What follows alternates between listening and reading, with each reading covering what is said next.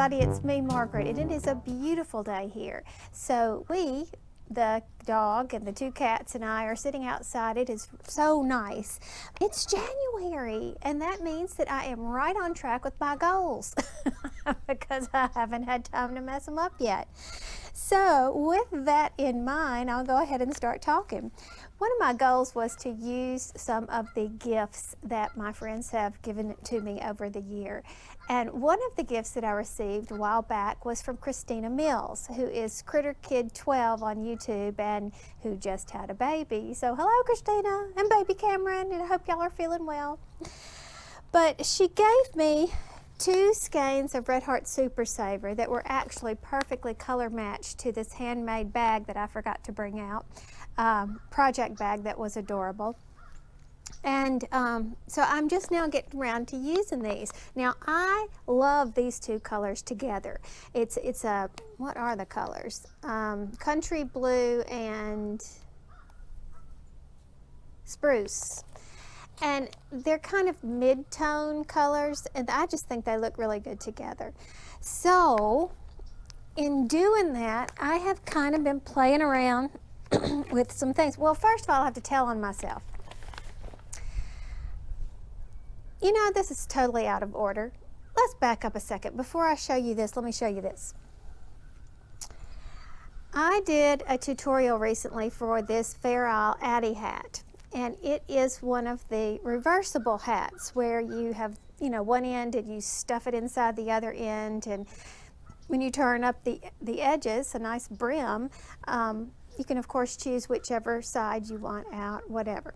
Okay, well, when I first posted just the basic reversible hat pattern for the Addie, I had written that it was the same concept could be applied in any yarn medium. So with this yarn that Chris had sent me, I made a reversible crochet version of that beanie. Not the Fair Isle, but a regular one. So I did all this green, the spruce up for one side, the blue for the other side, and turned it inside out. I can't find it. I don't know what I did with it. And you know it has to be around here somewhere. I have a hair on my lip. I remember distinctly putting it in the laundry room to be washed, and so I think I took it out, folded it up, stuck it in somebody's stack of clothes, and that's where it is. So it'll show up. But anyhow, it turned out really well, by the way. You're just gonna have to take my word for it. But I've been playing around with this yarn as it continues to sit. Now these Super Saver skeins are large. How much is even in this? I don't even know. 8 ounces, 225 grams. So it's a lot of yarn. So, you know I love those skinny striped beanies that Bob Wilson 123 taught about. You would do like a, I'm sorry, I've got hair all over me. You would do, say, a basic beanie, and then you dress it up by putting a chain of another color somehow on the outside. And I have gone crazy with those things in the past. I've put them all around, I've put them just on the bottom. Recently I did 2-color hat, and remember, using my scraps was one of my goals, and in that 2-color hat I had done white until I ran out, and then I added some black, and then I took a maroon color, a red color, and I did the skinny striped beanie between the 2, and it looks so sharp. I really like that look. So one day, I thought to myself, okay, that technique is done after the hat is complete and you put the chain on top of your work. What would it look like if you were to do that chain embedded in your work? And so I started playing with it. Now, bear with me, we're going to jump again to another project and come back to this. I recently did a tutorial on the camel stitch slouchy. You can find that on my channel, and I did it with these colors reversed. Well, later, as I was sitting there, I made another one very quickly, and right here, this is the setup row before you begin all the camel stitching. I did it in a different color, so you could have kind of like a divider here that, you know, just separated the 2 colors, and I really, really liked the way it turned out. And this camel stitch, if you're familiar with it, you're picking up a loop behind the half double crochet. So what's happening is you're forcing the top of the stitch to fall forward, and that's how you get this chain on the outside. So now we jump back to this project. Keeping that same thought process in mind, I did a stripe. I may have to insert a picture so you can see better, where it's actually, this is a single crochet in this color right here, back loop only. Then I did the next row as a camel stitch. Now granted, I did single crochet because I wanted it to lie flat. A taller stitch, like a half double crochet, has more, I don't know, oomph to it. There's more space, and so I wanted it to be tighter, so I did it with a single crochet. It's a little bit more challenging to do camel stitch with a single crochet. Anyhow, and then I finished it up with a back loop only, and that made the little tracks that look like the color stripe is embedded in the little tracks, which I really, really like the look of a lot. So I got so tickled with it, I used the scraps from this project and did another one like that, and then I went back to this same Super Saver and I did a hat full of them, which I absolutely love. That came out really, really well. So I think I'm going to do a tutorial on this one too. I'm just going to be the tutorial queen lately, and when I get around to it. Now, we have to go see Thomas this weekend, so can't say when I'll get around to putting that up, but this will probably be the next tutorial I put up. It's very simple. So simple and effective. Sometimes simple is the most effective, don't you think? Here's a work in progress. It's called a dice cowl, and it was given to me by Sarah, who is crunchiest one on Ravelry. And this is really fun. Now let me show you. You get 3 colors. Oh, and this is a paid for pattern, so I can't show you the whole thing, but I can tell you the concept. You get 3 colors, and these are my colors. They are a little not being true to color right this minute, but these were given to me by Anne in the Christmas exchange, the Santa, Secret Santa. And I happen to have another Knit Picks what is that? Knit Picks Wool of the Andes, and I happen to have that one, so I put these 3 together. And the way it works is that you roll some die, well, a die, and then you refer over here, and it tells you if you roll a 1 or a 4, you use yarn A, a 2 or a 5, yarn B, and then you follow the pattern based on, you know, which yarn you're supposed to use at that time. And here is what I have so far. Clearly, I have not rolled my yarn A. Yeah, because this is my A, B, and C. So I haven't rolled this one yet. So I have just, you know, this much so far. But anyway, it's fun. So I'm going to keep this as an ongoing project, doing 2 rows at a time, because that's what you do, is you roll the die and then you do that for 2 rows. It's a 2-row pattern in that color. So, I'm about to lose some stitches. Oh, but let me show you this. Okay, so having a die all the time was kind of a pain in the neck because the way you're sitting and all. So I found an app, and it's actually a random number generator, this right here. And basically you choose all these different random things, and I chose the die. You choose how many you want. I just want to use 1, and then you tap in the middle. Oh, I rolled a 4, so then I would look back at my pattern and say, oh, okay, a 4 means I use yarn blah blah, and I do this row. So it's been really fun, so thank you, Sarah. Now here's a work in progress that I haven't touched since the last time I showed it to you, because I have made a mistake right there. And so I'm like, oh gosh, I think I know how to fix it all right in the 2 colors, but it's just one of those things that when I finally sit down, I don't want to work so hard. But I have a lot done, so I don't want to rip it out. I'll get to it. And then for my third and final whip, I'm doing another Mia hat done by Erin, Gimme Yarn 418. It is a paid for pattern, but it is such a classic pattern. I just love it. A friend of mine at church has cancer. I showed you a prayer quilt that one of my other friends had done for her. And anyway, she was wearing a hat the other day that she'd gotten at the cancer center, and it was just not her style as far as I was concerned, because she was very elegant. And this is a very classic and elegant style of hat that I really like. So I'm using Deborah Norville Everyday Soft Worsted, and the color is not coming out. Let's take you outside and see if you can get a better representation here. Of course, now I'm in the sun, and so I can't see my viewfinder, but you get the gist. I got a package. It's from Jewel. I mentioned the other day on a video that Jewel mentioned she had a little something to send me. Now I'm hoping that she just didn't have the box the right size, because this is not a little something.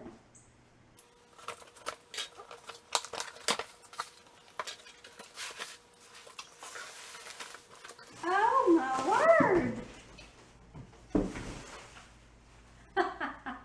Oh, look, it's some Premier yarn. I've never seen this. Oh, it's not all of it. Hang on.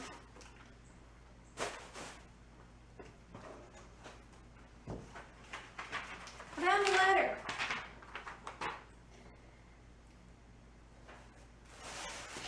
Okay, this is packing material. I use this too. Wait.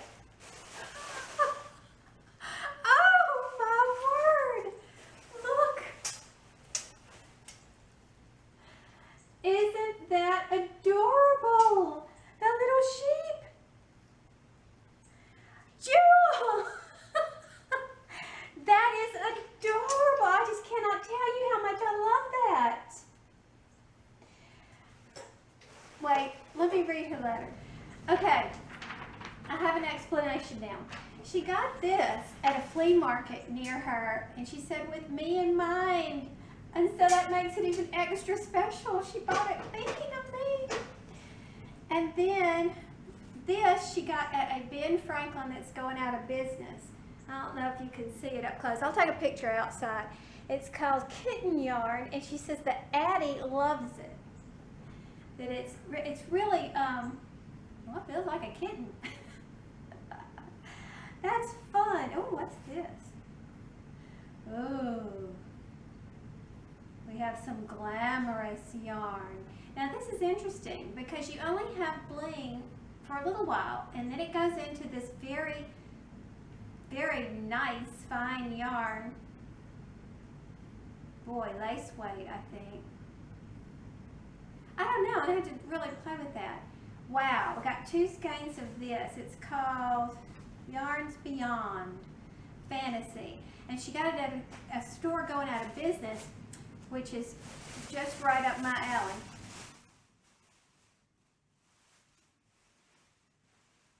Oh, that's just more cushy. And then she said she bought this book by mistake because she doesn't knit. Jewel, you sound exactly like me. So she passed this on to me. So this will be fun. Interweave knits. I have heard a lot about this, and I like all of Interweave stuff. So it makes me think of Grace. But anyhow, that'll be fun to look through. But oh my goodness, a little something she said she got. Thank you, Jewel.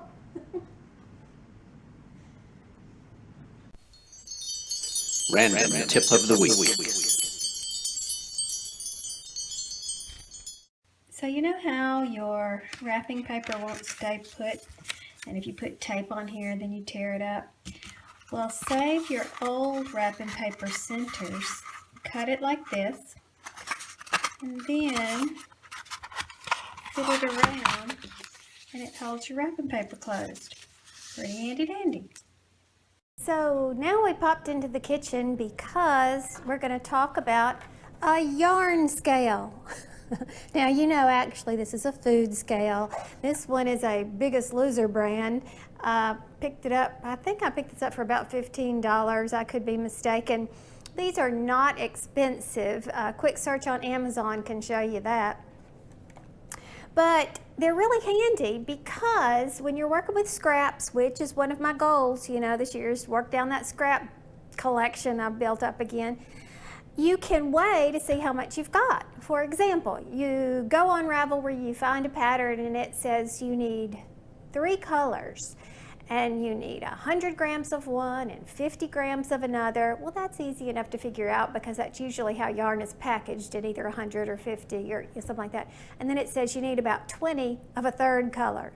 Well, that would be great to use one of your open skeins on, but that's hard to figure. If it was originally a 50-gram skein or ball or hank or whatever, you're looking at what's left over and you're going, how much is that? Well, with the food yarn scale, you can figure that out. It's also great if you're going to write your own patterns to help, you know, give somebody else a heads up about scraps.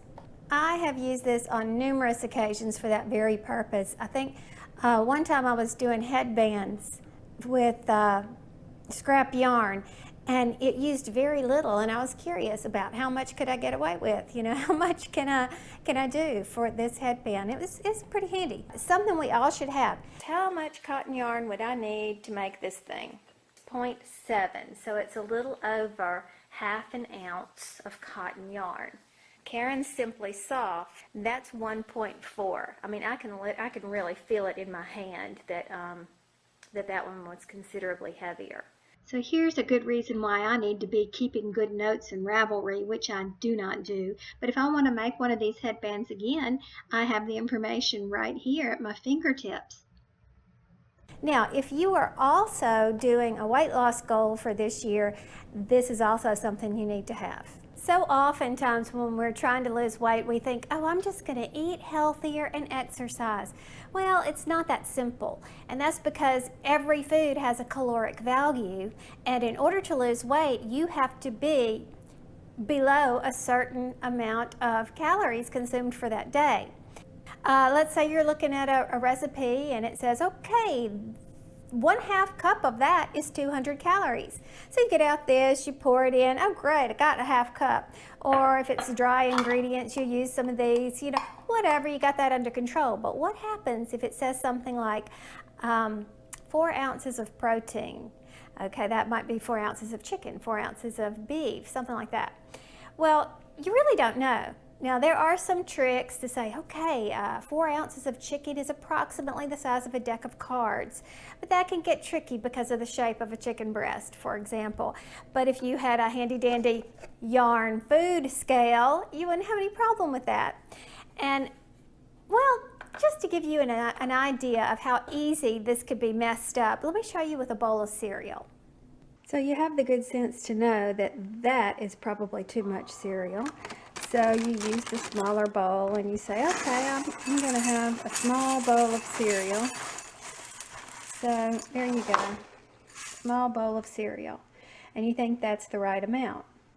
But when you check the nutrition facts, it tells you that 3/4 of a cup is 220 calories, and that's before you add the milk. So let's see how good we did in our estimation. This is 3/4 of a cup, and this is how much we would have had in addition to that if we had just used our eye. So I dumped the rest of that into here, and we pretty much doubled what it was we were supposed to be eating. So instead of having, 220 calories, we were probably having 440, or at least 420, because we're a little bit shy here. Got to measure, and you've got to weigh. After a while, you can kind of memorize where in the bowl to pour that cereal. It gets easier. You just have to build up and train your eye, so to speak, for that. So you're not sure how many calories you need to be eating in order to lose weight? Check the description box, and I'll put a link to a calculator that can help you figure that out.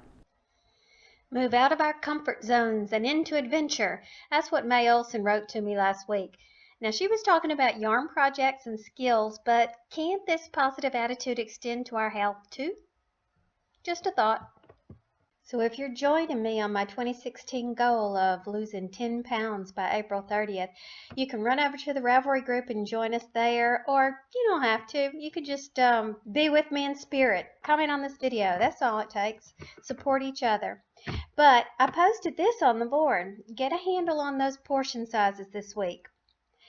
Figure out how many calories you should be eating a day to lose weight, because it's different for everybody. And choose a way to keep up with your calorie consumption.